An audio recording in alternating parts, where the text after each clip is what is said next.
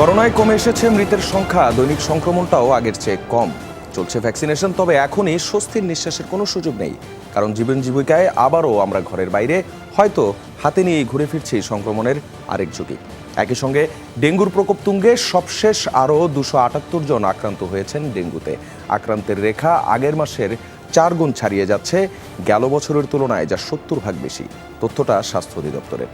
এছাড়াও অন্যান্য রোগের চিকিৎসা নিয়ে প্রশ্নের শেষ নেই জনমনে। দর্শক, সংকটের শুরু থেকেই আমাদের বিশেষজ্ঞ চিকিৎসকরা ছিলেন আপনাদের পাশে, এখনও আছেন আপনাদের পাশেই। ঘরে বসেই প্রয়োজনীয় পরামর্শ নিতে পারেন করোনা হেল্প ডেস্কের। সরাসরি ফোন করতে পারেন কিংবা আমাদের ফেসবুক পেজে প্রশ্ন করতে পারেন, শেয়ার করতে পারেন আমাদের ফেসবুক লাইভ ফিড। আপনাদের সাথে আছি আমি আখলাকুস সাফা। আমাদের সঙ্গে এরই মধ্যে যুক্ত হয়েছেন বঙ্গবন্ধু শেখ মুজিব মেডিকেল বিশ্ববিদ্যালয়ের মেডিসিন ও হৃদরোগ বিভাগের অধ্যাপক ডাক্তার এস.এম. মোস্তফা জামান, আছেন ডাক্তার শারমিন আব্বাসী, প্রসূতি ও স্ত্রীরোগ বিভাগের সহযোগী অধ্যাপক আনোয়ার খান মডার্ন মেডিকেল কলেজ ও হাসপাতাল। একই সঙ্গে শিশুরোগ বিশেষজ্ঞ আছেন মুগদা মেডিকেল কলেজ হাসপাতালের ডাক্তার আবু সাইদ শিমুল। আপনাদের তিনজনকেই স্বাগত করোনা হেল্প ডেস্কে। শুরুতেই গত 24 ঘন্টায় করোনার সবশেষ যে তথ্য রেকর্ড হয়েছে সেটি জানতে চাই। 24 ঘন্টায় প্রাণ হারিয়েছেন 120 জন, নতুন করে শনাক্ত হয়েছে 3991 জন। পরীক্ষা অনুপাতে শনাক্তের হার 16.71%। গেল 24 ঘন্টায় নমুনা পরীক্ষা হয় 23,882টি। এই পর্যন্ত শনাক্ত 14,57,194 জন। 24 ঘন্টায় সুস্থ হয়েছেন 7,666 জন। মোট সুস্থ 13,55,421 জন। মৃত 120 জনের মধ্যে পুরুষ ছিলেন 69 জন, নারী 51। বিভাগভিত্তিক প্রাণহানির হিসেবে আবারও সর্বোচ্চ মারা গেছেন ঢাকায় 40 জন। এছাড়া চট্টগ্রামে 27, খুলনায় 15, সিলেটে 30, রাজশাহীতে 9, রংপুরে 7, ময়মনসিংহে 6 ও বরিশালে প্রাণ গেছে 3 জনের। দর্শক, যেমনটা প্রতিদিন বলে থাকি, সংক্রমণের এই সময়ে ঝুঁকিমুক্ত থাকতে অবশ্যই আমরা এই যে ডিসইনফেকশনের যে জিনিসগুলো পাওয়া যায় আমরা সেই জিনিসগুলো ব্যবহার করব। শুরুতেই যেমন যেই কিউটি আমরা দিচ্ছিলাম ডেঙ্গু নিয়ে, ডেঙ্গুর যে পরিস্থিতি, সবশেষ পরিস্থিতিতে আপনারা শুনছিলেন 257 জন নতুন করে ডেঙ্গু আক্রান্ত হয়েছেন বা সারা বাংলাদেশে 1206 জন তারা চিকিৎসাধীন আছেন এখন ডেঙ্গুতে। 1119 জন, যাদের মধ্যে ঢাকায় সব মিলিয়ে এবছর 7750 জন ডেঙ্গুতে আক্রান্ত হয়েছেন। 35 জনের প্রাণহানি হয়েছে। এই পরিস্থিতিটা নিয়ে আমরা শুরুতেই ডক্টর মোস্তফা জামানের কাছে জানতে চাইব যে লক্ষণগুলো কেমন আসছে, কি ধরনের লক্ষণে খুব দ্রুত হসপিটালাইজড হওয়া অথবা ডাক্তারের শরণাপন্ন হওয়া দরকার। আগেও বলেছেন, কিন্তু তারপরও আমরা নতুন করে আবারও শুনতে চাচ্ছি গুরুত্বের বিবেচনায়। ধন্যবাদ সাফা। আসলে অত্যন্ত গুরুত্বপূর্ণ বিষয় আপনি খুব সুন্দর করে সময় উপসংহার বিশেষ করে সূচনাতে বলছিলেন। আমরা বলবো কি যে করোনা এবং ডেঙ্গু দুটোই কিন্তু ভাইরাস কারণে হয়ে থাকে রোগটি, কিন্তু এর মধ্যে ডেঙ্গু কিন্তু মশাবাহিত, আবার অর্থাৎ ভাইরাস হলেও একটি ভেক্টর প্রয়োজন হচ্ছে। এবং বাংলাদেশে সাধারণত দেখা যায় যে প্রতি বছর জুন থেকে সেপ্টেম্বরে এটি একটি পিক সিজন থাকে, কখনো কখনো একটু প্রলম্বিত হতে পারে। তবে 2019 সালে কিন্তু আমাদের বেশ ভুগিয়েছে ডেঙ্গু। 2020 সালে আমরা কিছুটা স্বস্তিতে ছিলাম। এবছর কিন্তু আমাদেরকে আবার নতুন করে ভাবিয়ে তুলেছে ডেঙ্গু। সাধারণত জ্বর, মাথা ব্যথা, চোখের পেছনে ব্যথা, সর্দি, জ্বর, সর্দি কাশি থাকতেই পারে। তবে এই বছরের একটি বিশেষত্ব হলো যে এই বছর আমাদের জিআইটি প্রবলেম, অর্থাৎ আমরা দেখছি যে তার পেটে ব্যথা অথবা আমরা দেখছি ডায়রিয়া, বমি, এই ধরনের সমস্যা নিয়ে ডেঙ্গুর অনেকে প্রাদুর্ভাব নিয়ে আসছেন। এবং এটি কিন্তু আমাদের কাছে নতুন করে ভাবে, এবং একই শরীরে কিন্তু করোনা এবং ডেঙ্গু দুটোরই উপস্থিতি পাচ্ছি আমরা। সেজন্য বলছি, প্রথম দিকে যদি এরকম সমস্যা নিয়ে আসে আমরা NS1 অ্যান্টিজেন পরীক্ষার মাধ্যমে জানতে পারি। পরবর্তীতে IgG পরীক্ষাটি করতে অ্যান্টি ডেঙ্গু IgG। এবং এর মধ্যে নতুন একটি পর্যবেক্ষণ যে কারো কারো ক্ষেত্রে সেকেন্ডারি ইনফেকশন, অর্থাৎ আগে যাদের ডেঙ্গু হয়েছিল একটি নতুন আগের ভ্যারাইটি দিয়ে, এবছর দেখছি তাদের আবার নতুন করে একটি নতুন সেরোটাইপ দিয়ে হচ্ছে, যেটি সাধারণত 2019 সালে কিন্তু ডেন 3 সেরোটাইপ দিয়ে হয়েছিল। এবারও যদিও আমরা এরকম কোনো সেরোসার্ভেলেন্স হয়নি, তবে এটি করার প্রয়োজন বলে আমি মনে করছি। তবে সাধারণত আমরা বাড়িতেই চিকিৎসা করে থাকি বা রোগীদেরকে বলি যে বাড়িতে চিকিৎসা দরকার। কখনো কখনো দেখা যায় যে হাসপাতালে ভর্তি করতে হয়। বিশেষ করে আমরা সবাই জানি যে প্লেটলেট কাউন্ট কমে যায়। একসময় কিন্তু অনেককে প্লেটলেট দেওয়া লাগতো, রক্ত দেওয়া লাগতো। এবছর কিন্তু আমরা এই ধরনের ব্লিডিং ম্যানিফেস্টেশন কিন্তু তুলনামূলক কম পাচ্ছি। তবে রক্ত বা আপনার প্লেটলেট কাউন্ট এটি গাইডলাইনে সেভাবে এখন বলে না, এবং আমরা ফ্লুইড অথবা আমরা সাধারণত প্যারাসিটামল জাতীয় ওষুধ দিয়ে থাকি। তবে অ্যাসপ্রিন জাতীয় ওষুধ আমরা বলবো যে এটি নিষেধ করছি, কারণ আমাদের অনেক কার্ডিয়াক পেশেন্ট আছে যারা অ্যাসপ্রিন গ্রহণ করে থাকেন, তাদের জন্য এই বিষয়টি খুবই গুরুত্বের সাথে দাবিদার। আরেকটি বিষয় বলবো, এবছর কিন্তু আমরা যেসব দেখছি যে ডেঙ্গু রোগীরা আসছে, তাদের মধ্যে কিন্তু আমরা বলবো যে আমরা একটু খেয়াল করলে দেখবেন যে অনেকে কিন্তু বলছিলাম যে পেটের সমস্যার জন্য বাড়ছে এবং শরীর ব্যথা যেটি বলছিলাম। তো সুতরাং পেটের ব্যথা হলে আপনার অবশ্যই চিকিৎসকের পরামর্শ নেবেন। সবচেয়ে গুরুত্বপূর্ণ যেটি যে অনেকের মৃত্যু কারণ হতে পারে ডেঙ্গু শক সিনড্রোম, যেটা নিয়ে আমরা সবচেয়ে বেশি ভয় পাই যে তার একেবারে জটিলতম খারাপ রূপ ডেঙ্গুর, সেটি যাতে না হয় সেজন্য চিকিৎসকের পরামর্শ নেবেন। আরেকটি বিষয়, যদি কারো বমি হয়, ডায়রি হয়, পেটে ব্যথা হয়, সে কারণেও কিন্তু আপনার চিকিৎসকের পরামর্শ নেবেন। এটির চিকিৎসা তেমন কিছু নয়, ফ্লুইড থেরাপি সঙ্গে সাপোর্টিভ থেরাপি। যদি কেউ সময় মতন চিকিৎসা করে, আমি মনে করি ডেঙ্গুর যথাযথ চিকিৎসা করা সম্ভব। আরেকটি বিষয় বলছি যে অনেক হাসপাতালে ডেঙ্গুর জন্য ওয়ার্ড তৈরি করা হয়েছে, যেমন করোনার জন্য ডেডিকেটেড হাসপাতাল আছে, ডেঙ্গুর জন্য সব জায়গাতে হয়তো প্রয়োজন পড়ে না, কিন্তু কোনো কোনো জায়গায় আমাদের বঙ্গবন্ধু মেডিকেল বিশ্ববিদ্যালয়ে কিন্তু ডেঙ্গুর জন্য আলাদা একটা সেল, আলাদা ওয়ার্ড আছে। সেখানে সবগুলো রোগী, বেডগুলো এখন কানায় কানায় পূর্ণ। তারপরেও অনেক হাসপাতালে হয়তো সাধারণ বিভিন্ন ওয়ার্ডেও কিন্তু ভর্তি করে ডেঙ্গু রোগীর চিকিৎসা করা সম্ভব, যেহেতু এটি করোনার মতন এইভাবে ছোঁয়াচে নয়, বা আমরা বলবো যে এইভাবে হাঁচি কাশির মাধ্যমে ছড়ায় না। সুতরাং এটি যে কোনো জায়গায় চিকিৎসা দেওয়া সম্ভব। আমি মনে করি আমি যথেষ্ট চেষ্টা করছি যত সম্ভব অল্প সময়ে যতখানি সম্ভব বুঝিয়ে দেওয়ার। ডক্টর জামান, আপনাকে ধন্যবাদ। আমাদের সঙ্গে একজন দর্শক আছেন টেলিফোনে। দর্শক কে বলছেন, কোথা থেকে বলছেন, কি সমস্যায় ভুগছেন? উত্তরা থেকে লাভলি। জি লাভলি, বলুন। আমার মেয়ের বয়স 4 বছর 2 মাস। তার সমস্যা হচ্ছে সে ঘন ঘন প্রস্রাব করে, আধা ঘন্টায় 3-4 বারের মতো। তো সারাদিন এইভাবে চলতে থাকে, রাতেও 5 থেকে 6 বার প্রস্রাব করে। তার ওয়েট হচ্ছে 17 কেজি। আর সে খাবার খাওয়ার সময় সে কোনো কিছু চিবিয়ে খায় না, পানি দিয়ে গিলে গিলে খায়।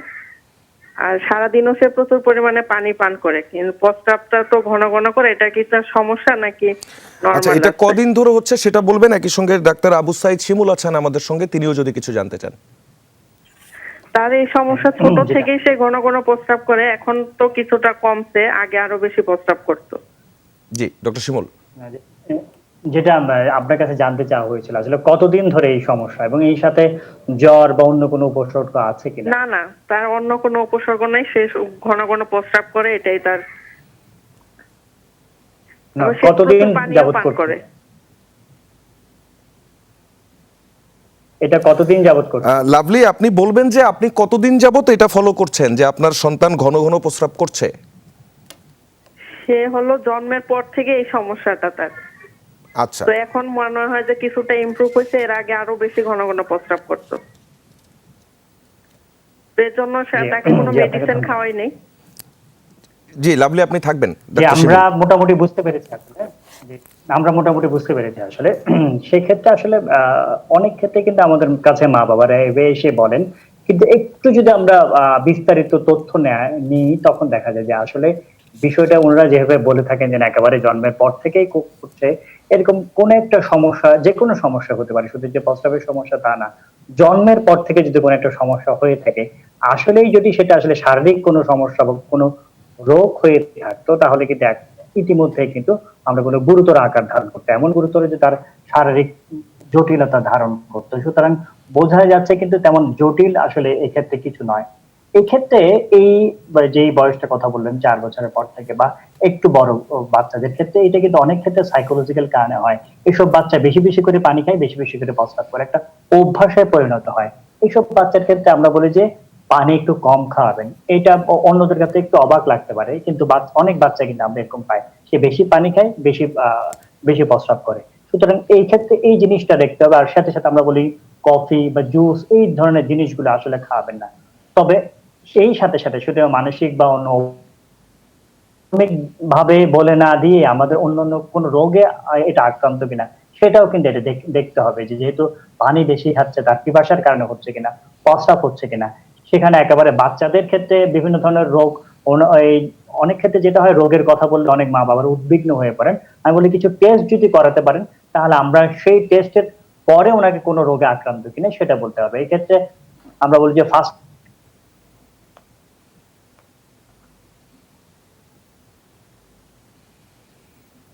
ডাক্তার শিমুল এর মধ্যে নিশ্চয়ই উত্তরটা দিয়েছেন, আমরা তারপরও আবার আসবো এর উত্তরটার জন্য। ডাক্তার শিমুল শুনতে পাচ্ছেন?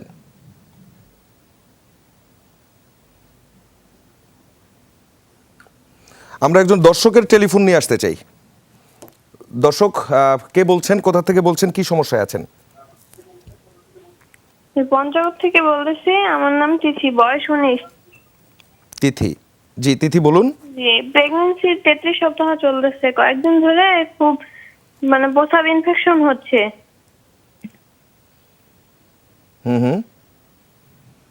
প্রচুর চুলকায়, মলম দিচ্ছি আচ্ছা, একটা, ডাক্তার শারমিন আব্বাসী আছেন আমাদের সঙ্গে, আপনি তার সঙ্গে জি। সরাসরি কথা বলুন। ডাক্তার আব্বাসী, আচ্ছা, আপনার তো ওখানে চুলকাচ্ছে, এটা এক ধরনের ইনফেকশন। আর পেশাবের ইনফেকশনের বিষয়টি হচ্ছে জ্বালাপোড়া করা, ইউরিন করলে কমপ্লিট না হওয়া, বারবার যাওয়া, এরকম কি হচ্ছে কিনা? হ্যাঁ এরকম হচ্ছে, মানে সাদা স্রাবও হোয়াইট যাচ্ছে। সাদা স্রাবও যাচ্ছে। ঠিক আছে, এটা কি ফার্স্ট প্রেগন্যান্সি? জি, ফার্স্ট প্রেগন্যান্সি। প্রেগন্যান্সিতে ডায়াবেটিস আছে? ডায়াবেটিস নাই। আচ্ছা, বুঝতে পেরেছি আমরা। যেটা আসলে আপনি জানিয়েছেন, এটি কিন্তু প্রপারলি ট্রিটমেন্ট লাগবে। হোয়াইট ডিসচার্জ আছে, তার সাথে ইচিং আছে। আমরা বলবো যে আপনার আপনি ক্রিম ব্যবহার করছেন, এফান ক্রিম বা অ্যান্টিফাঙ্গাল যেসব ক্রিমগুলো আছে সেগুলো ঠিক আছে, ব্যবহার করুন। কিন্তু আসলে মাসিকের রাস্তায় ব্যবহার করার জন্য এক ধরনের ওষুধ আমরা দেই, সেটি আসলে আপনাকে ব্যবহার করতে হবে। এবং যেহেতু আপনার সমস্যাটি আসলে টেলিমেডিসিনের মাধ্যমে সমাধান করা সম্ভব, এখানে আসলে দেখার বিষয় নেই, তাই আমি ওষুধটির নাম আসলে মেনশন করতে চাই। গাইনোমিক্স নামে বাজারে পাওয়া যায়, বা গাইনা প্রো, যেখানে আসলে এক ধরনের অ্যান্টিবায়োটিকও আছে, আবার হচ্ছে যে এক ধরনের এখানে অ্যান্টিফাঙ্গালও আছে। তো এটা প্রতি রাতে একটি করে ঘুমানোর আগে মাসিকের রাস্তায় পুশ করে আপনি ঘুমাবেন, টোটাল 12 রাত। এবং এর মধ্যে আপনি পরিষ্কার পরিচ্ছন্ন থাকবেন, কুসুম গরম পানিতে লবণ মিশিয়ে 3 বেলা পেশাবের রাস্তা এবং মাসিকের রাস্তা একদম ক্লিন করবেন, সুতি কাপড় পরার চেষ্টা করবেন। 33 সপ্তাহে ইউরিন ইনফেকশন যদি লং লাস্টিং হয়, অনেকগুলো প্রবলেম আছে। এর মধ্যে সবচেয়ে বড় প্রবলেম, এই ইনফেকশনটি উপরের দিকে উঠে যেয়ে কিন্তু মানে অপরিপক্ক অবস্থায় আপনার পানি ভেঙে যেতে পারে, বাচ্চা ডেলিভারি হতে পারে, যে জিনিসটাকে আমরা সবচেয়ে বেশি ভয় পাই। অতএব এটাকে প্রপারলি আসলে ট্রিটমেন্ট দিতে হবে। আর ইউরিন ইনফেকশনের জন্য আমরা বলবো যে পানি খাবেন বেশি করে, ডাবের পানি এবং পানীয় জাতীয় যে খাবারগুলো আছে সেগুলো, এবং ভিটামিন সি। অ্যান্টিবায়োটিক প্রয়োজন আছে কিনা সেটা আসলে ডিপেন্ড করবে ইউরিন রুটিন অ্যান্ড কালচার রিপোর্টটি পাওয়ার পর। অতএব সেই রিপোর্টটি যদি আপনি আমাদেরকে জানান তাহলে আমাদের জন্য ভালো হয়। আর 32-33 সপ্তাহে অনেকের ব্লাড সুগার শুট করে। লাস্ট 1 মান্থের মধ্যে যদি আপনার ব্লাড সুগার না দেখা থাকে, তাহলে আমরা বলবো একটা ওজিটিটি করা এখানে প্রয়োজন আছে, ইউরিন রুটিন কালচারের সাথে একটা ওজিটিটি। এবং যদি আপনার লাস্ট 1 মান্থের মধ্যে কোনো আল্ট্রাসাউন্ড না করা থাকে, সেটা একটু করে নিয়ে দেখতে হবে যে বাচ্চার কন্ডিশনটা কি, সেখানে কোনো ধরনের প্রবলেম আছে কিনা। তো এই নিয়মগুলো যদি আপনি মানেন, তাহলে কিন্তু আমার কাছে মনে হয় যে খুব বেশি আসলে সংকটের জায়গা তৈরি হওয়ার নেই। আর কারো কারো ক্ষেত্রে কনস্টিপেশন থাকে, সেটাকে কিন্তু অ্যাভয়েড করতে হবে, কারণ কনস্টিপেশন কিন্তু ইউটিআই করার অন্যতম একটা কারণ থাকে। সেক্ষেত্রে আমরা বলি প্রচুর পরিমাণে শাকসবজি, পানি, ফ্রুটস এগুলো খেয়ে আপনার যে বাথরুমটা সেটা আসলে যারা প্রতিদিন এনশিওর হয়, সেই বিষয়টা খেয়াল রাখবেন।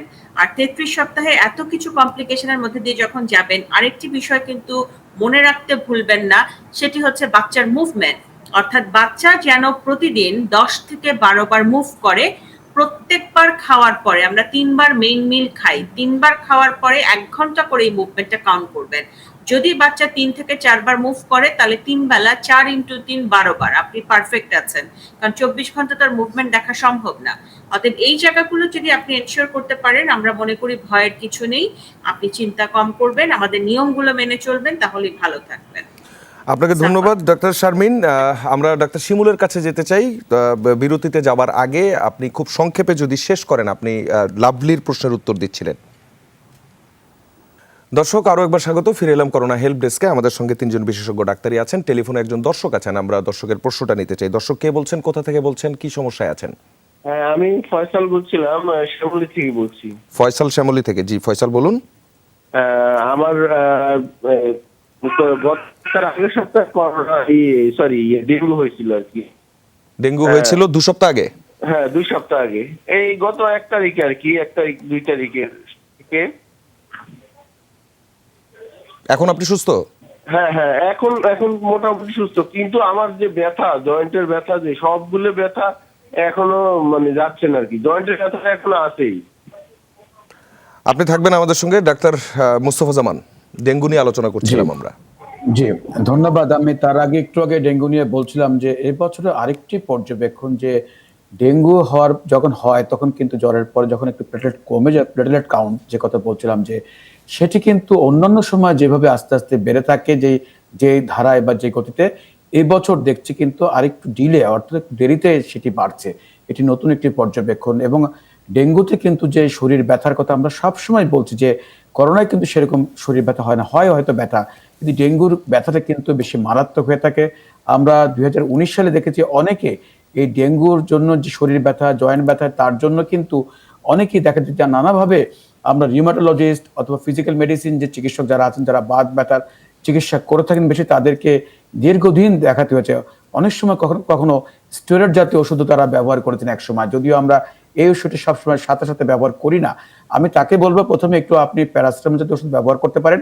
আপনি দুটি করে 2 বেলা খান অন্তত কিছুদিন, এবং এটি অবশ্যই ভরা পেটে খাবেন। তারপরে কিছুটা যদি দেখেন যে উন্নতি হবে, কিন্তু এটা আস্তে আস্তে হবে, ভয়ের কিছু নেই, এটা কোনো খারাপ কিছু নয়। যদি দেখেন যে এরপরও না হয়, আমাদের কিছু ওষুধ ওষুধ অবশ্যই আছে, কিন্তু আমরা চাই না যে সমস্ত ওষুধ একবারই আমরা আমাদের অনুষ্ঠানের মধ্যে ব্যবহার করি, কারণ এক একজনের রোগ এক এক রকমের, এক একজনের ব্যথা এক এক রকমের। আমরা একটু চাচ্ছি পর্যবেক্ষণ করতে। আপনাকে একটুকু আমরা নিশ্চয়তা দিচ্ছি, এটি কোনো খারাপ কিছু নয়। কারো কারো একটু বেশি সময় লাগে ব্যথা যেতে, কারো কম সময় লাগে। আপনি একটু পুষ্টিকর খাবার খাবেন, বেশি করে পানীয় পান করবেন, একটু নিয়মিত ব্যায়াম করবেন, এবং একটু আমরা যে প্যারাসিটামল যে ওষুধ দিলাম সেটি আপাতত ব্যবহার করুন। তারপরেও যদি আপনার ব্যথা পুরোপুরি না যায়, আমরা সেক্ষেত্রে আবার আপনাকে পরামর্শ দেবো। তবে এটি খারাপ কোনো রোগ নয়, এর জন্য ভালো ভালো কিছু চিকিৎসা আছে, তবে একটু সময় লাগবে কারো কারো ক্ষেত্রে। আপনি এ নিয়ে উদ্বেগ উৎকণ্ঠা থাকবেন না, আশা করছি আপনি এটি ভালো হয়ে যাবে, একটু সময় লাগবে। ধন্যবাদ আপনাকে। আপনাকে ধন্যবাদ। আমাদেরকে ফরিদ প্রশ্ন করেছিলেন, তিনি তার বেবির বয়স বলেছিলেন 11 মাস, গত 10 দিন যাবৎ জ্বর, সর্দি, কাশি এবং মুখ দিয়ে লালা পড়ে। তিনি ডাক্তার দেখিয়েছেন, বেশ কিছু পরীক্ষা নিরীক্ষা দিয়েছে এবং পরীক্ষার ফলাফলগুলো এবং যে ওষুধগুলো তিনি খাচ্ছেন সেটিও তিনি আমাদেরকে পাঠিয়েছেন। এরই মধ্যে ডাক্তার আবু সাইদ শিমুল, আপনি সেটি হাতে পেয়েছেন। এই উত্তরটি চাইব। একই সঙ্গে আপনি উত্তরা থেকে ফোন করেছিলেন লাভলি, তার প্রশ্নের উত্তরটি আপনি শেষ করতে পারেননি, আপনি যদি সেই উত্তরটি আগে শেষ করে নেন। এক্ষেত্রে আসলে আমরা যেটা বলছিলাম যে অন্যান্য কোনো রোগে আক্রান্ত কিনা সেটা একটু দেখতে হবে, ইউরিন ইনফেকশন হচ্ছে কিনা সেটা দেখার জন্য ইউরিন আরএমই এবং ইউরিন সিএস সেটা করতে হবে। এছাড়া কিছু কিছু রোগ, এই রোগটা বাচ্চাদের ক্ষেত্রেও যে অন্য রোগ হতে পারে না তা কিন্তু নয়। সেক্ষেত্রে আমরা বাচ্চাদেরও যারা অনেক বেশি প্রস্রাব করে থাকে, সেজন্য ফাস্টিং ব্লাড সুগার এবং 2 আওয়ার্স আফটার এটাও কিন্তু একটু যদি করে দেখেন, কারণ আপনি বলছেন অনেক দিন ধরে এই সমস্যা, সে বারবার পানি খাচ্ছে, তার এর মধ্যে ওজন কমে যাচ্ছে কিনা সেটাও দেখতে হবে। সুতরাং এই 4টি পরীক্ষা যদি করে আমাদের সাথে যোগাযোগ করেন, সেক্ষেত্রে আমরা একেবারে পারফেক্ট সমাধান দিতে পারবো। এই মুহূর্তে যেটা করবেন, যেটা বলছিলাম যে পানি একটু কম খাওয়াতে হবে, বিশেষ করে চা, কফি, জুস এবং আমরা বলি চিনিযুক্ত খাবারে কিন্তু প্রস্রাব বাড়ে, সেটা করতে হবে। পানিটা যদি একটু দূরে রাখেন, এবং কোষ্ঠকাঠিন্য থেকে কিন্তু ইউরিন ইনফেকশন বাড়ে, সেটা একটু দেখতে হবে যে আঁশযুক্ত খাবার খাওয়ানো।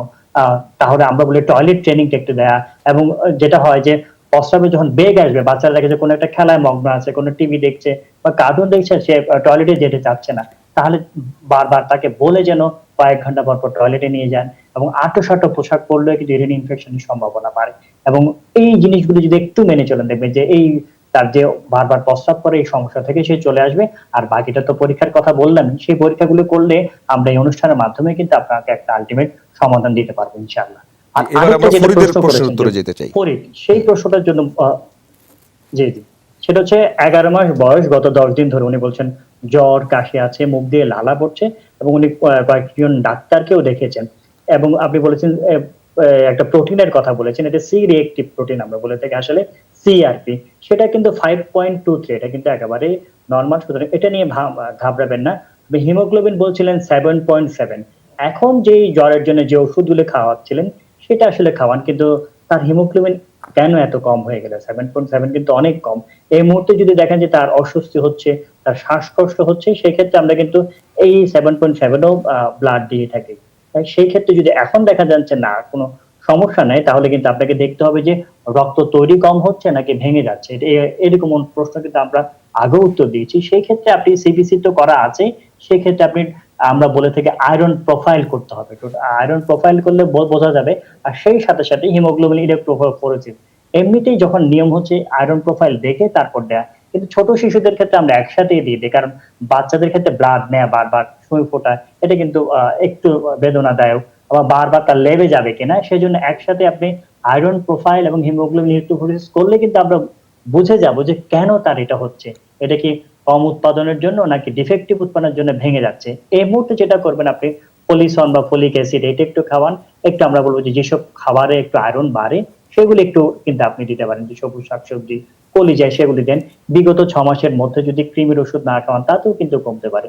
সেই কৃমির ওষুধ এলবেন ডিএস বা বিভিন্ন নামে পাওয়া যায়, অ্যালমেক্স নামে পাওয়া যায়, সেটা 2 চামচ যদি বা আপনি যেটা 11 মাস বলছেন সেক্ষেত্রে 1 চামচ খাবেন আগামীকাল রাতে, আর 1 সপ্তাহ পরে আরেক চামচ খালে তাহলে দেখবেন যে আয়রনের পরিমাণ কিছুটা বাড়বে। আর যে পরীক্ষার কথা বললেন সেই পরীক্ষার ফলে যে যদি আমরা কারণটা জানতে পারি তারও কিন্তু চিকিৎসা রয়েছে, সেই ক্ষেত্রে আসলে ঘাবড়াবেন না। সেইটা যদি আমাদের কাছে বলেন আমরা সেই অনুযায়ী তার চিকিৎসা করালে ইনশাল্লাহ সে কয়েক মাসের মধ্যে দেখবেন যে পুরোপুরি ভালো।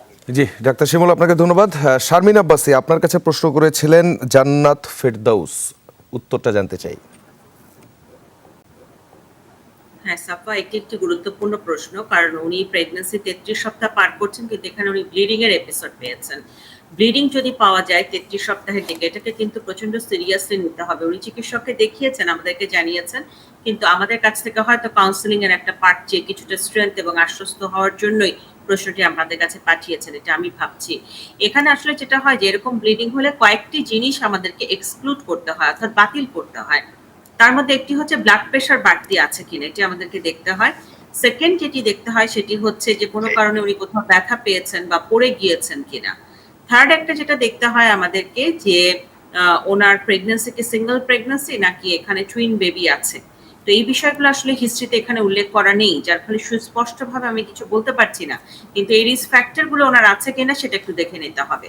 সেকেন্ড যে বিষয়টি, যে আল্ট্রাসাউন্ড করেছেন ভালো আছে, কিন্তু ইউটেরাস এবং প্লাসেন্টা যেটাকে গর্ভফুল বলি তার পিছনে কোনো ব্লাড জমে আছে কিনা, এমন কোনো ফাইন্ডিং কি আপনার আল্ট্রাসাউন্ডে আছে কিনা, যদি থাকে সেটাকে একটু সিরিয়াসলি নিতে হবে।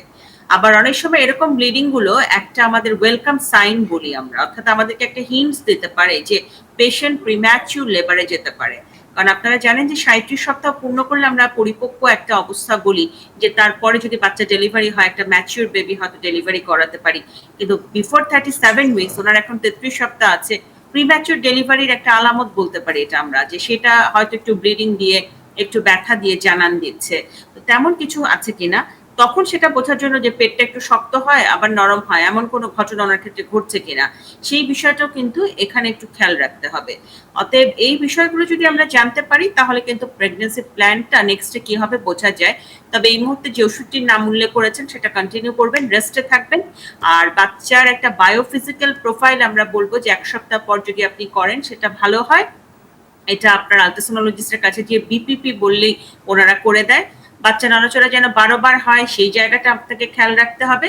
এবং খুব ইম্পর্টেন্ট একটা বিষয় এখানে আমি উল্লেখ করতে চাই, কারণ আমাদের এক্সপেরিয়েন্স বলে যে এই ধরনের রোগীরা কিন্তু অনেক সময় প্রিম্যাচুর ডেলিভারির দিকে যায়।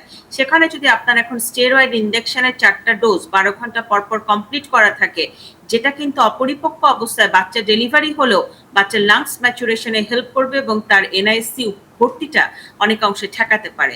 অতএব আমি মনে করি যে ওই ইনজেকশনটিও আপনার এই মুহূর্তে নিয়ে নেওয়ার প্রয়োজন আছে। তো এই জন্যই আপনার আমি মনে করি যে খুব একটা চিন্তিত হওয়ার কিছু নেই। আপনি যে চিকিৎসকের কাছে আছেন আপনি তার সঙ্গে যোগাযোগ রাখুন, আমরা আপনার জন্য ভালো কিছু হবে এটি আশা করছি। আমরাও তেমনটাই প্রত্যাশা করছি। ডাক্তার মোস্তফা জামানের কাছে বেশ অনেকক্ষণ যাবৎ প্রশ্ন করছেন মিস্টার সোহান, সালমান কাদির সোহান, আপনি প্রশ্নটা পেয়েছেন। কিছু অ্যাড করার আছে, আমি সেটি বলে দিচ্ছি। তিনি তেমন কোনো পরীক্ষা করেননি, ইসিজি করেছিলেন একবার, কিন্তু কোনো কিছুই ধরা পড়েনি। তখন তার বুকের সমস্যাটা বন্ধ হয়ে গিয়েছিল, তারপর তার একবার করোনা হয়েছে। সোহানের প্রশ্নের উত্তরটা জানতে চাই। জি ধন্যবাদ। আসলে সোহানের প্রশ্নের মধ্যে অনেক অনেক কিছু আছে। একটি বিষয় তিনি আপনি যুক্ত করলেন আগের প্রশ্নের সাথে। তো আসলে যেহেতু আমরা জানি যে তার যে সমস্যাটি, এটি এখন দুরকম ভাবে আমি ব্যাখ্যা করতে পারি। একটি হলো যে তার বুকে যে ব্যথাটি, এটি আসলে ইসিজি বা হার্টের সাথে সম্পর্ক কম। আমরা সাধারণত জানেন যে ফুসফুসের যে আবরণ থাকে, আমরা বলি প্লুরা, এই ফুসফুসের দুটি আবরণের যে লেয়ার যে থাকে তার মধ্যে যদি কোনো ইনফেকশন হয়ে থাকে বা প্রদাহ হয়ে থাকে, সেটি ভাইরাস হতে পারে, করোনা হতে পারে, অথবা যে কোনো ব্যাকটেরিয়া হতে পারে। আমরা এটাকে বলি প্লুরিসি বা প্লুরাইটিস, অর্থাৎ এক ধরনের শার্প পেইন, যেটি চেস্ট পেইন বলে থাকে। এটা একদম খুব, যেটা উনি বলছেন ছুরির মতো আঘাত আনছে, এটি কিন্তু প্লুরাইটিক চেস্ট পেইন।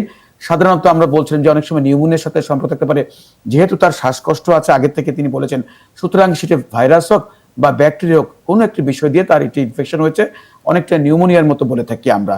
যে কোনো কারণে হোক, এটি আসলে ভয়ের কিছু নয়। আমরা এক্ষেত্রে আমরা যেহেতু ভাইরাসের কোনো ভালো কোনো, আমরা একটি ব্যাকটেরিয়ার জন্য যে কোনো একটি অ্যান্টিবায়োটিক চিকিৎসা দিয়ে থাকি, তিনি যে কোনো একটি অ্যান্টিবায়োটিক তিনি নিতে পারেন, একটি অ্যান্টিহিস্টামিন চিকিৎসা দিয়ে থাকি, এবং সঙ্গে আমরা কাশি যদি থাকে অনেক সময় থিওফাইলিন বা ডক্সিফাইলিন বিভিন্ন রকমের আমরা ওষুধ দিয়ে থাকি।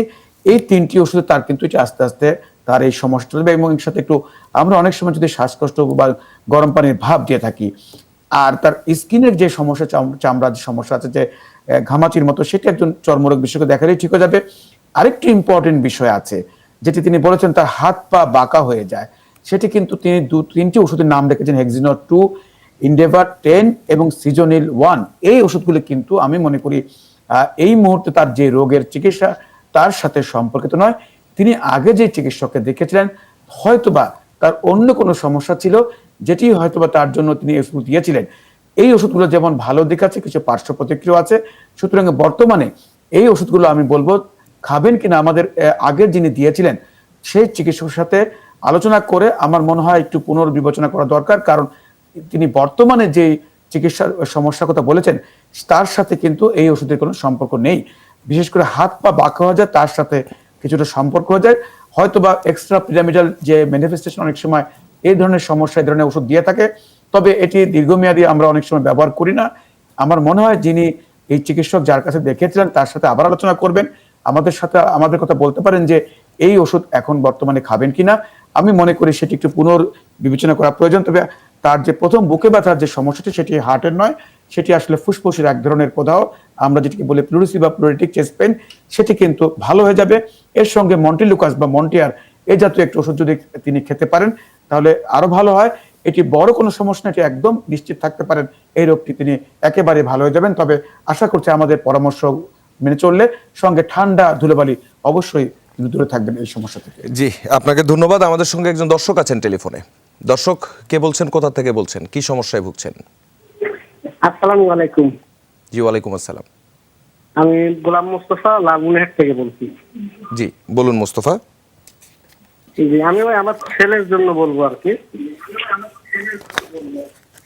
জি, আপনি আপনার টেলিভিশনের ভলিউমটা একদম মিউট করে প্রশ্নটা করুন, তারপর আপনি সাউন্ড বাড়িয়ে উত্তরটা শুনবেন। যে আমার বাচ্চার বয়স হচ্ছে 8+। তার শরীরে দেখা যাচ্ছে যে ওই ঘামাচির মতো টাকা টাকা হয়ে উঠতো আর কি। তারপরে ঠোঁটের দিয়ে ঠোঁটটা ফেটে ফেটে যাইতো, ঠোঁটের চামড়া উঠে যাইতো। তারপর ডাক্তার দেখালাম, ডাক্তার দেখানোর পরে একজন অ্যালার্জি বিশেষজ্ঞ ডাক্তার দেখালেন, উনি ওই যে সিরাপ সেফোক্লাভস, তারপরে সিসোনিক্স একটা সিরাপ, একটা টেবিপিন মলম, এরপরে দিল হচ্ছে জিক্লাভ, ফ্লুনাক, ডিক্যাল দিল আর কি, মলম দিল আর কি। তা খাওয়ানোর পরে ওই রকমই আছে, খাওয়ানোর পরে ভালো হয়ে যায়, যে ঔষধের মেয়াদ শেষ হয়ে যায় পুনরায় হয়ে যায়। সে ঠোঁটের পাশ দিয়ে এখন দেখা যাচ্ছে যে ঠোঁটের পাশ দিয়ে একটা ছোট্ট সাদা ফোঁটা হয়ে গেছে, ওটা এখন ওই পুরো ঠোঁটটাই আস্তে আস্তে সাদা হয়ে যাচ্ছে, সাদা দাগ হয়ে যাচ্ছে। আমরা এটা নিয়ে চিন্তিত আছি, এখন এর বিষয়ে কি পরামর্শ? আপনি থাকবেন আমাদের সঙ্গে, ডাক্তার আবু সাইদ শিমুল। এটা কি চুলকায়? জি, এটা কি চুলকায়? যেটা ঠোঁটের পাশ দিয়ে যেটা আছে সাদা হয়ে যাচ্ছে, সেটা কি চুলকায়? হ্যাঁ হ্যাঁ, ওটা চুলকায়। আর শরীরে যেসব গোটা গোটা ছিল সেগুলি কি এখন ভালো হয়ে গিয়েছে? না, ওই যে ওষুধ খাওয়ানোর পরে ভালো হয়ে যায়, কিন্তু দেখা যায় 15 দিন 20 দিন পরে যেটা ওষুধের মেয়াদ আছে তারপর আবার সে সাবেক হয়ে যাচ্ছে। এইগুলির রং কিরকম, লাল লাল না সাদা সাদা? জি, ওটা না, ঠোঁটের পাশ দিয়ে যে দাগটা হয়েছে সেটা সাদা, এখন ওই সেটির মতো বোঝা যাচ্ছে আর কি। আর যেটা শরীরে সেগুলিকে লাল লাল?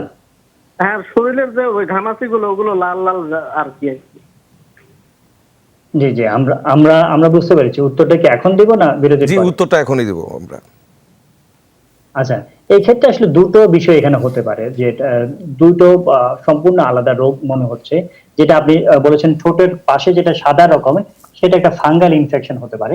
অনেকে যেটা আমরা করে থাকি যে অনেক মিক্স ওষুধ দিই, অর্থাৎ ফাঙ্গাল, অ্যান্টিফাঙ্গাল প্লাস স্টেরয়েড। এই ক্ষেত্রে দেখা যায় ফাঙ্গাল ইনফেকশন গুলো ভালো হয় না। আপনি একদম পিওর ফাঙ্গাল যে কোনো ওষুধ পাওয়া যায়, এফান বা বিভিন্ন নামে রয়েছে, এই যে কোনো কোট্রিমাসল, এগুলো যদি একটু দেন এবং সাথে সাথে হাইজিনটা মেনটেন করতে হবে, পরিষ্কার পরিচ্ছন্ন রাখতে হবে। অনেক সময় যেটা দেখা যায় ওই জায়গাটা হাত দেওয়ার পরে অন্য জায়গায় যদি হাত দেন সেটা কিন্তু ছড়িয়ে যেতে পারে। জায়গাটা পরিষ্কার পরিচ্ছন্ন রাখুন।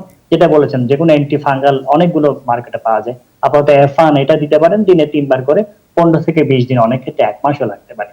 আর যেটা শরীরে বলছেন এটা কিন্তু বোঝা যাচ্ছে কিন্তু অ্যালার্জি। আমরা এই অনুষ্ঠানে আমি অধ্যাপক মোস্তফা জামান, ডাক্তার শারমিন আব্বাস অনেক দিন যাবত বলছি যে কি কি খেলে অ্যালার্জি হয়। আপনাকে ফুড ডায়েরি মেনটেন করতে হবে, কোন খাবার খেলে তার এটা হচ্ছে। গরুর মাংস, ইলিশ মাছ, চিংড়ি মাছ, বেগুন, হাঁসের মাংস, হাঁসের ডিম, মিষ্টি কুমড়া, বাদাম, পুঁই শাক, এগুলো সব যে ওকে বাদ দিয়ে দিতে হবে তা না। কোন খাবারটি খেলে তার এই সমস্যাটা হচ্ছে, একটা ফুড ডায়েরি মেনটেন করে টিক দিয়ে রাখুন। একটা খাবার খাওয়ার পর 3 দিন পর্যবেক্ষণ করুন তাতে কোনো প্রতিক্রিয়া হচ্ছে কিনা। হলেই সেই খাবারটা আর অনেক দিন যাবত দিবেন না, আর না হলে আপনি দিতে পারেন। এইভাবে আপনি কিন্তু একটা চিত্র পেয়ে যাবেন টোটাল যে কোন কোন খাবারে তার অ্যালার্জি হচ্ছে। সেই খাবারগুলি থেকে কিন্তু তাকে দূরে রাখতে হবে। সেই সাথে আমরা বলে থেকে পাউডার, তেল এগুলি দিবেন না। এই বয়সে ছেলে কিন্তু একটু দৌড়াদৌড়ি করে, ঘেমে যায়, ঘেমে গেলে একটু পরিষ্কার করতে হবে এবং প্রতিদিন অবশ্যই গোসল করাতে হবে, এবং কোনো প্রসাধনীয় লোশন থেকে হচ্ছে কিনা। এই নিয়মগুলো যদি আপনি টোটাল একটু মেনে চলেন দেখবেন যে তার এটা হবে। নাহলে আপনি কতদিন ধরে ওষুধ খাবেন। আর কিছু কিছু ওষুধ আছে যেগুলো আপনি লং টার্ম খাওয়াতে পারেন। এই ক্ষেত্রে আপনার ছেলে 8 বছর বয়স বলেন, আপনি টোফেন এই সিরাপটা 1.5 চামচ করে 2 বার আপনি 3 থেকে 4 মাস টানা খাইয়ে যেতে পারেন। সেই সাথে মোনাস 5 মিলিগ্রাম এই ট্যাবলেটটা রাতে যদি একটু চুষে খায়, এটা আপনি 3-4 মাস দিবেন। আর এই মুহূর্তে যদি তার কোনো চুলকানি বা এমন কিছু থাকে, আপনি অ্যালাট্রল বা এট্রিজিন যে কোনো একটা অ্যান্টিহিস্টামিন সিরাপ, এটা 1.5 চামচ করে 2 বার 5-7 দিন, এটা কিন্তু বেশি দিন দেওয়া যাবে না। আর অন্য 2টা ওষুধ বললাম সেগুলি কিন্তু দীর্ঘদিন ব্যবহার করলে ক্ষতি নেই, কিন্তু এত ওষুধ ব্যবহার করা আসলে কোনো বাচ্চা বা কোনো মানুষের জন্য এটা আসলে ভালো নয়। নিয়ম যেগুলো বললাম যে খাবার বা অন্যান্য নিয়ম, সেগুলো কিন্তু মেনে চলাটাই কিন্তু এক্ষেত্রে জরুরি।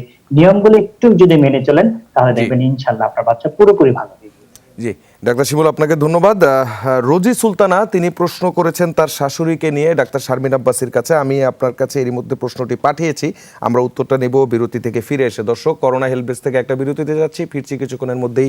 দর্শক, আবারও ফিরে এলাম করোনা হেল্প ডেস্কে। আমাদের সঙ্গে 3জন বিশেষজ্ঞ ডাক্তারই আছেন। বিরতিতে যাবার আগে আমরা ডাক্তার শারমিন আব্বাসীকে একটি প্রশ্ন এরই মধ্যে পাঠিয়েছিলাম। রোজি সুজানা তিনি তার শাশুড়িকে নিয়ে প্রশ্ন করেছেন। অ্যাড করে দিতে চাই রফিক, তিনিও প্রশ্ন করেছেন তার 36 সপ্তাহের গর্ভবতী তার স্ত্রী। দুটি উত্তর একসাথে চাই ডাক্তার শারমিন। হ্যাঁ, রোজি যেটি জানিয়েছেন তার শাশুড়ির ব্যাপারে, তার হিস্টেরেক্টমি হয়েছে, মানে জরায়ুটা অপারেশন করে অপসারণ করা হয়ে গেছে, এবং সেই জায়গাটিতে আসলে এখন একটা উনি কমপ্লেন করেছেন যে হোয়াইট ডিসচার্জের মতো যাচ্ছে এবং ওনারা দেখছেন। এটা হতে পারে, এটা আসলে এই বয়সী যারা তাদের বিভিন্ন রকম ইনফেকশনের জন্য হতে পারে, এবং যখন আসলে জরায়ু রিমুভ করা হয় তখন যদি ওভারিকেও রিমুভ করা হয় একটা হরমোনাল ক্রাইসিস থেকেও কিন্তু এই ধরনের ইনফেকশন খুব ঘুরে ফিরে বারবার হতে পারে। তো সেই জায়গাটিতে আসলে আমি যেটি বলবো যে এই ধরনের রোগী যাদের জরায়ু অপারেশন করা হয় তাদের ক্ষেত্রে কিন্তু একটা জায়গায় একটু যুক্ত করতে হয়, সেটা হচ্ছে যে ভল্ট স্মেয়ার বলি আমরা, অর্থাৎ যে জায়গাটি আছে মাসিকের রাস্তা ওখান থেকে একটু স্মেয়ার নিয়ে দেখতে হয় যে এখানে ইনফেকশন আছে বা অন্য কোনো কিছু আছে কিনা, এবং high vaginal swab for the culture. আমি যেহেতু ওনাকে দেখতে পাচ্ছি না, ওনারা যতটুকু কমপ্লেন দিয়েছে তার ভিত্তিতেই কিন্তু আমি কথাটা বলছি। এর সাথে আরো আমাদের অ্যাসোসিয়েটেড অনেক কিছু জানতে হয়, কোনো ব্লিডিং আছে কিনা, ওনার ডায়াবেটিস আছে কিনা, ওনার প্রেশার আছে কিনা, ওনার ইউরিন ইনফেকশন আছে কিনা, ওনার আগে এরকম সমস্যা হয়েছিল কিনা, ওনার জরায়ুর মুখের রস পরীক্ষা হয়েছিল কিনা টেস্টের আগে। যেহেতু আমি কিছুই জানতে পারছি না, আমার কাছে যতটুকু হিস্ট্রি ওনারা পাঠিয়েছেন তার বেসিসে আমি মনে করি যে এই কয়েকটা জিনিস আমাদের আসলে একটু ইভ্যালুয়েশন করতে হবে। সেকেন্ড যে বিষয়টি থাকে যে এটি আসলে কি ধরনের ইনফেকশন, রিপোর্ট না দেখে আর রোগী না দেখে আমরা জানতে পারি না। এই জন্য আমরা নিয়ম কানুনগুলো মানতে বলি। আমরা বলি যে কুসুম গরম পানি লবণ মিশিয়ে 3 বেলা ব্যবহার করুন টানা 1 মাস, পরিষ্কার পরিচ্ছন্ন থাকুন। যে খাবারগুলো আসলে একটু শান্তি প্রশান্তি দেয়, পানীয় জাতীয় খাবারগুলো, সেগুলো আপনারা বেশি করে নেবেন, শাকসবজি ঠিকভাবে খাবেন, এবং কোনো ধরনের যেন কোষ্ঠকাঠিন্য না হয় সেই দিকটা খেয়াল রাখবেন। এবং রিপোর্টগুলো পাওয়ার পর আসলে রিপোর্টটা দেখে যদি কোনো ইনফেকশন থাকে, সেটার কোনো কালচার সেন্সিটিভিটি থাকে, তাহলে হয়তো সেখানে কোনো অ্যান্টিবায়োটিক যোগ করার প্রয়োজনীয়তা আছে কিনা সেটা আমরা পরবর্তীতে বলতে পারবো। আর রফিকের যে ব্যাপারটা আপনি আমাকে প্রশ্ন করেছেন, উনি ওনার স্ত্রীর ব্যাপারে আসলে প্রশ্ন করেছে। 32 সপ্তাহের প্রেগন্যান্সি পা ফুলে গেছে, এটা কিন্তু ভয়ের আছে, এটাকে খুব হালকা করে নেওয়ার কিছু নেই। প্রেগন্যান্সিতে একটা পা ফুলতে পারে, সেটা খুব নর্মাল, কিন্তু সেই পা ফোলাটা কিন্তু সকালে ঘুম থেকে ওঠার পর যখন দেখবেন কমে যাবে, অথবা যদি শুয়ে থাকেন বালিশের উপর পা রেখে সেটা কমে যাবে।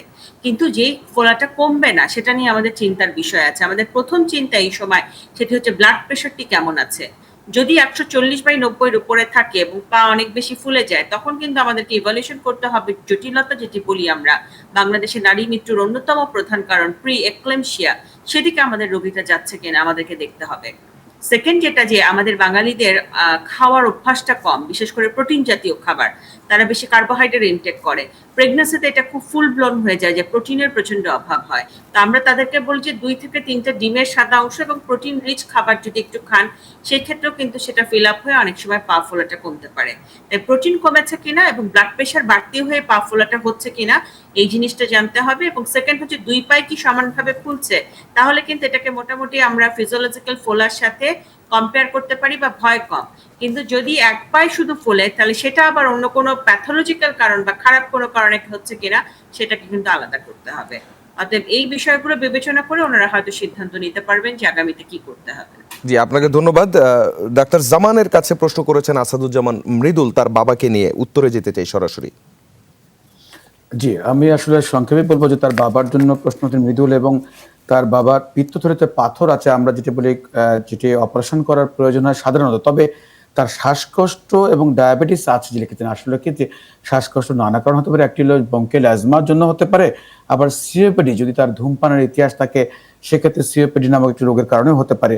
আর ডায়াবেটিস থাকলেও কিন্তু সিওপিডি হোক আর শ্বাসকষ্ট যে কোনো কারণেই হোক, চিকিৎসার মাধ্যমে কিন্তু ভালো করে অপারেশন করা যায় এই রোগীদেরকে। সুতরাং এটি কোনো বড় সমস্যা নয়। তিনি হয়তো উদ্বেগ উৎকণ্ঠায় আছেন যে শ্বাসকষ্টের কারণে অপারেশন করা যাচ্ছে না, এই কথাটি পুরোপুরি ঠিক না। আমরা কিন্তু আমাদের যেসব রোগীরা আছে শ্বাসকষ্ট অথবা ডায়াবেটিস, সেটিকে ভালোভাবে নিয়ন্ত্রণ করে আমরা যে কোনো রোগীরই কিন্তু পিত্তথলির অপারেশন করতে পারি। এবং আরও কিছু ইভ্যালুয়েশন আছে, অনেক সময় কার্ডিয়াক ইভ্যালুয়েশন প্রয়োজন হয়, যে হার্টের কোনো সমস্যা আছে কিনা, একটি এক্স রে করতে পারেন, একটি ইকোকার্ডিওগ্রাফি করতে পারেন, এবং সেক্ষেত্রে নিশ্চয়ই ওষুধও খাচ্ছেন। আমি মনে করি যেহেতু ওষুধের নাম উল্লেখ করেননি, আপাতত আমরা বলবো একটি মন্টিলুকাস বা মন্টের ওষুধ খেতে পারেন, এবং একটি ইনহেলার ব্যবহার করতে পারেন, যেটি শ্বাসকষ্টের জন্য অনেকটা উপকারী হিসেবে কাজ করবে। অ্যান্টিহিস্টামিন জাতীয় ওষুধ দিয়ে থাকি। অনেক সময় যদি জ্বর থাকে শ্বাসকষ্টের সাথে, আমরা মাঝে মাঝে অ্যান্টিবায়োটিক ব্যবহার করে থাকি। তবে মনে রাখবেন, ঠান্ডা ধুলোবালিতে দূরে থাকবেন। আর ধূমপান করেন কিনা জানি না, সেটি কিন্তু একেবারেই নিষিদ্ধ। আমার বিশ্বাস তিনি ডায়াবেটিসও নিয়ন্ত্রণ রাখতে পারবেন, শ্বাসকষ্ট নিয়ন্ত্রণ রাখতে পারবেন। চিকিৎসকের সাথে পরামর্শ করুন এবং তারপরে কিন্তু তিনি পিত্তথলির অপারেশনও করতে পারবেন। আপনার বাবার জন্য আমাদের শুভকামনা রইল। আপনাকে ধন্যবাদ। আবু সাইদ শিমুলের কাছে প্রশ্ন আছে ফয়সাল আহমেদের, এবং একই সঙ্গে প্রশ্ন আছে লীলা রাদ। তিনি যে প্রশ্নটি করেছেন তার ছোট খালাতো বোনকে নিয়ে। আমরা ফয়সাল আহমেদের উত্তরটা আগে যেতে ফয়সাল চাই। আহমেদের প্রশ্নটাই, জি জি, ফয়সাল আহমেদ যে প্রশ্নটা করেছিলেন সেই একই ধরনের প্রশ্ন কিন্তু আমরা উত্তর এই অনুষ্ঠানে দিয়েছি। আপনি নিশ্চয়ই দেখেছেন, তবুও একটু খুব সংক্ষেপে বলছি।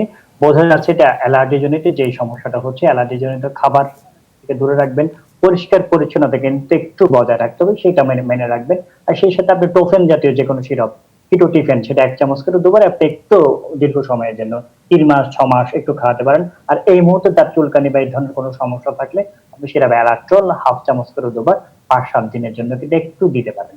আর আরেকটা যেই প্রশ্নটা করেছেন আপনি, এইটা কিন্তু একটু গুরুত্বপূর্ণ। এটা আমি বলবো যে এই ক্ষেত্রে আমরা আপনাকে পরামর্শ দিতে পারি, কিন্তু বাচ্চাকে অবশ্যই নিতে হবে।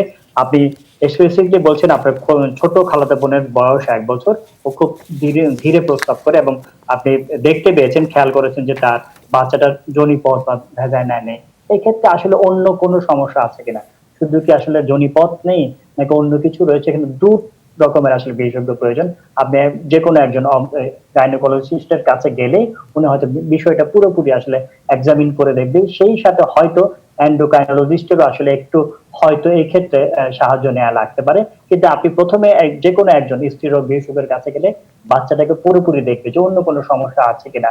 জন্মের পরপরই কিন্তু আসলে এই ক্ষেত্রে অনেকে যেটা ভুল করেন, জন্মের পর কিন্তু একজন শিশু বিশেষজ্ঞ দেখানো উচিত, কারণ তখন উনি কিন্তু পুরো সারা শরীরটা যখন এক্সামিন করে তখনই কিন্তু এটা ধরা পড়তো, এবং ওই সময় কিন্তু কিছু ব্যবস্থা নেই। এখনো একেবারে দেরি হয়ে গিয়েছে তা কিন্তু নয়। একবার পুরো এক্সামিন করার পরে ওনারা সিদ্ধান্ত নেবেন। এখানে ডাক্তার শারমিন আব্বাসী রয়েছেন, উনি যদি কিছু যুক্ত করেন। ডাক্তার শারমিন, আপনি যদি এর সাথে কিছু যুক্ত করেন, আমি আপনাকে একই প্রশ্ন আমি আপনাকে পাঠিয়ে দিচ্ছি। না, ওটা আমি শুনেছি যেটি বলেছেন ডাক্তার শিমুল। আমি আসলে এখানে যুক্ত করতে চাই, এরকম অনেক রোগী আমরা পাই। আসলে যেটি হয় যে মাসিকের রাস্তাতে ল্যাবিয়া মেজরা মাইনরা বলে দুটো জায়গা থাকে। এই দুটো জায়গা ফাঁকা থাকার কথা, দুটো লেগে যায়। এটা একেবারেই এই বয়সে হরমোনাল ইমব্যালেন্সের জন্য হয়। যদি সেরকম কিছু হয়ে থাকে ওনার, এটি আসলে উনি যেটি বললেন একদম পারফেক্ট, যে এক্সামিন করে দেখার বিষয়। তবে ম্যাক্সিমামদের আমরা এরকম পাই, এবং সিম্পল একটা হরমোনাল ক্রিম ওখানে ইউজ করার সাথে সাথে পুরো জিনিসটা কিন্তু এরকম ফাঁকা হয়ে যায় এবং নর্মাল যে পজিশন সেখানে চলে যায়। যদি সেরকম হয় তাহলে তো আসলে খুব বেশি এক্সটেন্সিভ কিছুতে যাওয়ার প্রয়োজন নেই। কিন্তু যদি গাইনোকোলজিস্ট এক্সামিন করে অন্য কিছু পান, অনেক সময় কিন্তু অপারেশনাল ইন্টারভেনশনেও যেতে হয়। সেটি আসলে দেখেই একান্তভাবে হয়তো বোঝা সম্ভব।